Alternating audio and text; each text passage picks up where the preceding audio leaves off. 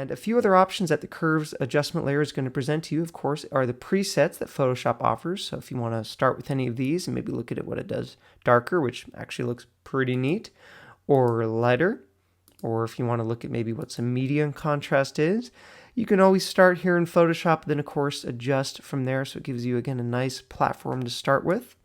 And just like with the levels adjustment layer, it does give you your separate RGB channels. So of course we've been working in the RGB channel here where every color is selected. But if you want, you can select red, green, or blue.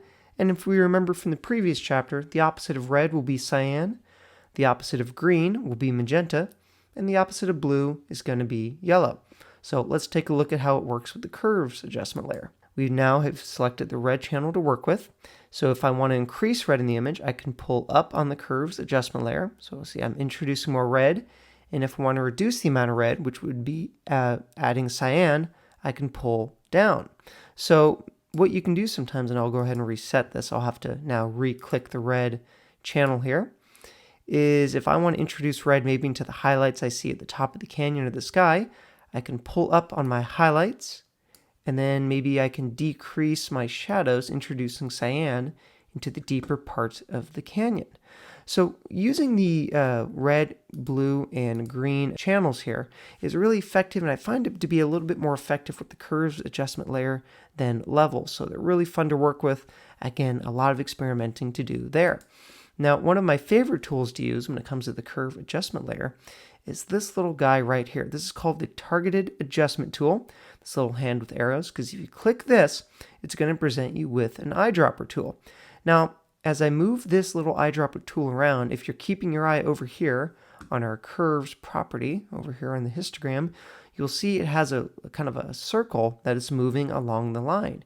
And wherever I hover that eyedropper tool over, it's finding that light value over on the curved line. So if I am looking here and I don't know, let's say I want to work on the sky, but I don't know exactly where the sky is on this curved line, I can bring my eyedropper tool here, I can click right here, and I can either decrease it by holding down on the mouse and pulling down, or I can increase those values and brighten it by pulling up.